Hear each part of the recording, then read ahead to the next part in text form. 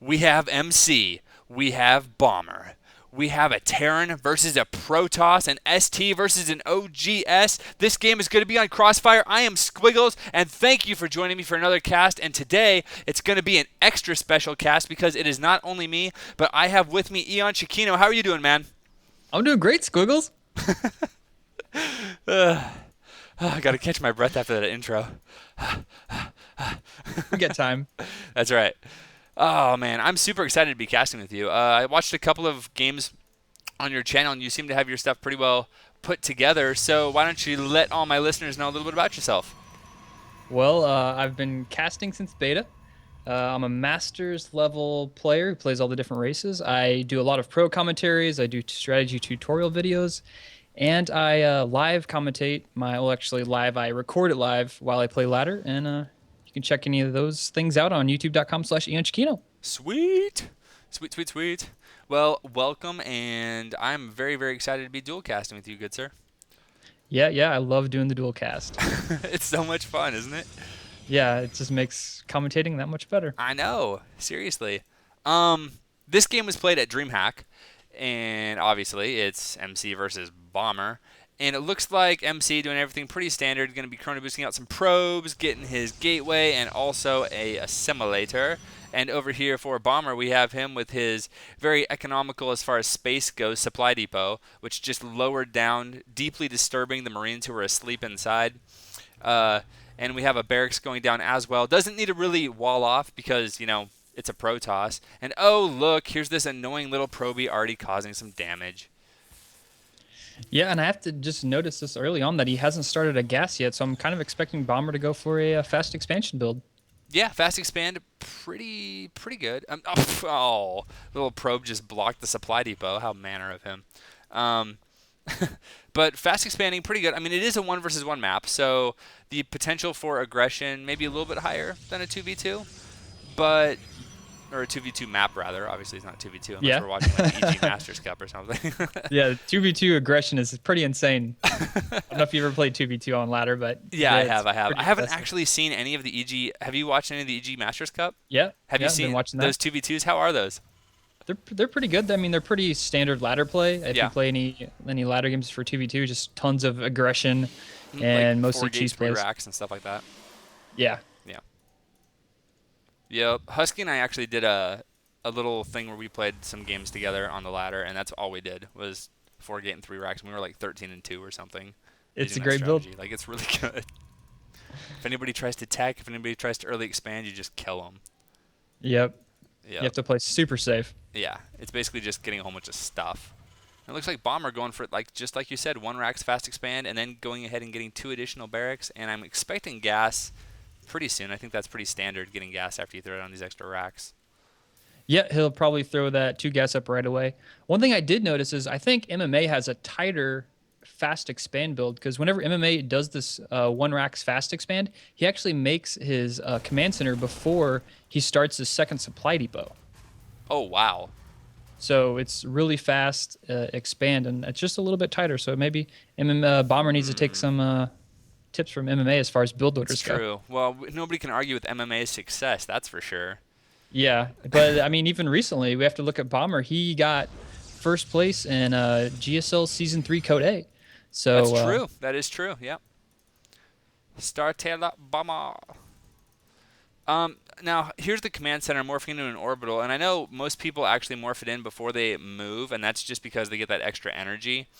So it's just a little bit better than waiting until afterwards. I mean, I assume you do that when you play as well, yeah? yeah, the only other stipulation would be it just depends.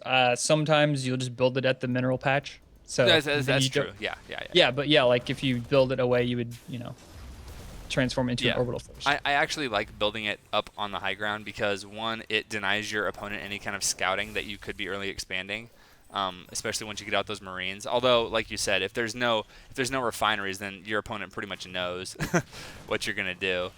But it just, I mean, a little bit less intel, and also it's a bit safer if they do any kind of early push. That's actually the bigger one for me. Is I just hate having to cancel a command center. So Definitely. super safe on the high ground. So both players have their expansions up Yep. and going right now. both players. The probe transfer going down. It looks like we're going for some very standard OGS or MC play rather. Getting a few sentries. Looks like what, 5 sentries right now? 6 sentries. Just going to be getting those 7 sentries. Oh no. So MC, famous for his force fields, getting these sentries pretty early, so he's going to be able to get a ton of stuff. Oh, even more? That 8? How many? Hang on, I'm going to the units. Okay, 8. He has 8 and 1 stalker.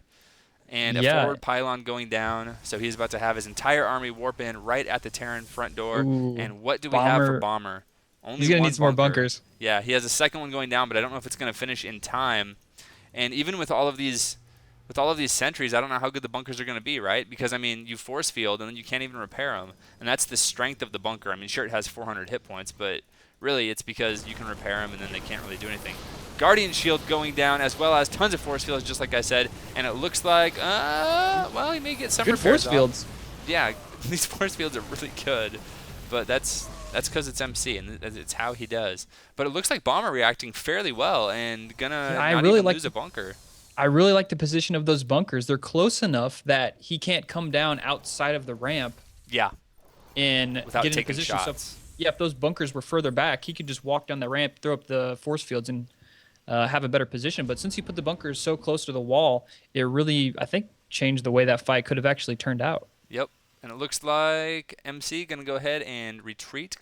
And by retreat, I mean just go regroup, rather, back at his natural base. But, you know, he did get his natural up. And it looks like, I'm going to a look at the army tabs real quick. And it looks like Bomber is ahead by about 10 supply in the army. And worker supplies, it looks like MC is ahead by about 10, which is why their two populations are pretty much the same. So, I don't know. I think OGS may be in a little bit better position right now. And I don't know why I keep calling him OGS, because he is MC. So he's an original gangster. That's right. Bomber's got the double medevac drop coming up the right side, but oh, look at that. MC with the pylon ready to scout that out. Such I good just placement love- of pylons. It totally reminds me of Warcraft 3 with the farms, using scout farms. Yeah. Just to scout for stuff like that, but he's going to have to drop here and kill that pylon because he's already busted. Yep. And just going into the base at this point would basically be suicide. So he just takes the pylon kill and goes back home. Yep. He's like, you know what? I may do this drop again in another couple of minutes, but for now it's not going to be worth it because, as you can see, MC's entire army is chilling behind the mineral patch just saying, do it. Do it. I dare you. He has stalkers on the high ground and zealots and sentries on the low ground. So there's really nowhere for him to drop. 4 medevacs now coming in. It looks like he could be trying to do a drop anyway, but as soon as he scouts all those units, he's going to be like, maybe I shouldn't. I don't think that's going to work. Bomber really wants this to work though. Yeah. That was a great scan right there in MC's base from Bomber. He scanned, he saw all 6 gateways, he saw the Robo, saw the Twilight Council, so he's not going to be there's not going to be any Colossus on the way, which is definitely something you're going to want to look for, because if you know there's Colossus coming, you're going to have to start pumping out Vikings. Yeah. And he knows that there's not going to be any Colossus coming out anytime soon, so he can continue to make medevacs, and that'll just make his army a little bit stronger in composition-wise versus MC. Now, what do you think about doing something, and this is just coming to me, like leaving one medevac full and like darting around and trying to drop kind of on the high ground behind the expansion, and then having the rest of your units just come in and try to do a bust at the front? Do you think that has any chance? Maybe not, because of all the sentries of the force The fields. thing I think might be useful, like I like the idea of using medevacs to continually harass your opponent, or at least make them think you're going to drop harass is really useful. But you also need to think about, you can also do a tactic where you just use an empty medevac and you have your entire army that's true, and then an empty medevac, so they pull some of their forces back to deal with the medevac that they think has units in it, when you can just go straight in with your full army and have all guns blazing at the front door. I like that. And if your medevac happens to get caught, well, you're only out the medevac. As Exactly. opposed to everything else, yeah. But Bomber's setting up for a big attack here. Combat Shield's close to being finished. +1 is just about finished. He's probably going to wait for both those upgrades to finish before he hits her, but it looks that's like probably MC's his not going to timing. wait around for that. Nope. Looks like he's also getting... Whoa, what did I just do? What's your time at right now? 1309. Haha. Somehow I skipped way ahead. Hang on. All right. 13... I'm at 13... slow down. Okay, I'm at 13:20 now. 1320. All right. I'm sorry. Okay. I got so excited, I was like smashing my fingers into stuff, of course, right when there's a battle, and totally messed everything up. I apologize, guys. But we are back, and it looks like Bomber did some nice little anti-force field action when he picked up his units with his medevac and just evacuated them. Looks like he did lose a couple of medevacs though, so going to be going back. But he does have his third command center almost done, so that's always good. And looks like MC may be on the hunt now. Yeah. What time are you at? Just to keep synced up I'm here? at 14.8, 14.9, 14.10. Okay. Is that about where you are? Yeah. Okay, good, good, good, good. We have a big blob of blue in the middle of the map And MC taking a third in the top left. with a Colossus. Yep. And MC taking the third. Always good. I mean, you really see this with a lot of good players where they just like will push out, maybe not even commit to an attack, but just push out and then take an expansion. Yeah, I definitely think it's a sign of a high level player. They want to have insurance saved up so that way, if they make a little bit of a mistake, they aren't out of the game completely. Right, exactly. If we look at the supplies, though, I mean, the supplies are really, really close. Like, closer than I think I've ever really seen in a match before. It was like 150 to 149 for a while there. And that's Yeah. unheard of for the supplies to be that close this late in the game. I mean, it is 15 minutes in, which means these guys are really macroing at about the same speed. Yep. And he's going to throw down a scan there. Did he actually get that observer? I guess it was out of the way. Actually. I think it actually flew past him. Yeah, he missed it, unfortunately. Yeah. Scanned a little too late. Well. It does look like we have High Templars on the way, as well as Storm being researched, Protoss ground weapons level 2, an awesome force field right when the Marines stem to go ahead and stop that, and a couple of Colossus going to cause some mayhem, and that's going to cause everybody to go ahead and run back. Yep. Oh no, don't want to lose those ghosts, and he is losing some of them. Terrible amounts of damage, as Dustin Crowder would say. And it looks like that was a hard-fought victory just to take that hill. Supplies are still pretty even, though. And looks like some EMPs going down. Great EMPs. Oh, my goodness. And that pretty much halved the health of all of the Protoss units. Apparently charge is done because he is just getting all kinds of good charging in there, microing those Marines and Marauders back, and doing a pretty good job of that. But it looks like High Templars are out, and there is Finally finished Storm. He needed that like literally 5 seconds ago. Yeah. Oh, my goodness. Look at that Storm that was a great on all one. of those Marines. Just going to take them all out. And Bomber is going to have to fall back, even going to lose some of these medevacs. Oh, no. And you can see. Oh, that hurts. That hurts so bad. Didn't even have to use Blink. And now you can see the rally point. He's trying to re-rally everybody back to his natural. Now, he does have a third command center done, and he has made the orbital, and just now is going to be floating it over. So, looks like MC is going to be a little bit ahead as far as bases go, but just barely. And he actually just now transferred probes, so maybe not. Maybe it's about the same. And Vikings are out now because we did see some Colossus. So pretty standard composition for both players, actually. Yeah, I got to look at the upgrades here. We've got MC with 2 attack upgrades, and we've got Bomber with 1-1 on his bio there. So yep, looks like both have relatively equal upgrades. Looks like the armory going down right now, so we could be seeing some 2-2 come out. Yeah, has he started a second engineering bay? That is a great question. I don't see see one. it. Nope.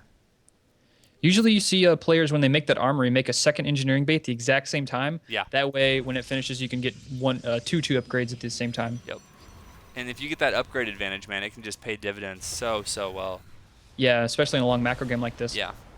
And here we go. Looks like the Stalker's a little bit ahead of the forces, but they managed to just blink back. They were like, hot psych. Yeah, that was a nice bait. Vikings getting some pot shots on the Colossus. Yeah. But it doesn't look like there's enough of them right now. Nope. Another pretty good EMP going down, but it looks like Bomber just does not have the units. He's down. It's 160 supply versus 112 right now, and Bomber having to pull back, and now his third is in jeopardy. And MC, does he actually see that up there? I guess no. Yep. Yeah, now he sees it. And it looks like he's going to lose that orbital. He needs to lift that thing. Yeah, he does. He's too busy microing. The Zealots were so happy. They were like, Coach, I just killed an orbital. That's never happened before. I'm so happy. And there's the GG by Bomber. Yep. Wow. He knew when he lost his third that he was going to be quite a bit behind. And well, actually, if you look at I was going to say it might be premature, but if you look at the supplies, he's like 80 supply down. I thought the exact same thing, and then I looked at the supply. I'm like, oh, never mind. It wasn't close. He was way ahead. Yeah. But, so it wasn't an Idra like rage quit. It was more of a I'm really far behind and there's nothing I could do. So good game. We'll try again next game. he had his ghost upgrades going, but I mean that was about it in his bio. But I mean you had to look at MC here with Storm, Archons, Colossus, really nice mix of units Yeah, going in. With yeah. Charge, Zealots, Blink. I mean, he was Blink just all over the Stalkers place. and Sentries for Force Fields and Guardian Shields. Like, that is the problem with Protoss. And I guess not the problem. It's the beauty of Protoss is once you get this really diverse unit mix, it can handle so many different situations so well that it's really hard to deal with. Yeah. The only problem is you have to like last that long to build up to your Right, right. That's the pinnacle real army. trick, isn't it? Exactly. All right, well, that wraps up game one. We will be casting another game, guys, so go ahead and go on over to Eon's channel and check out game two.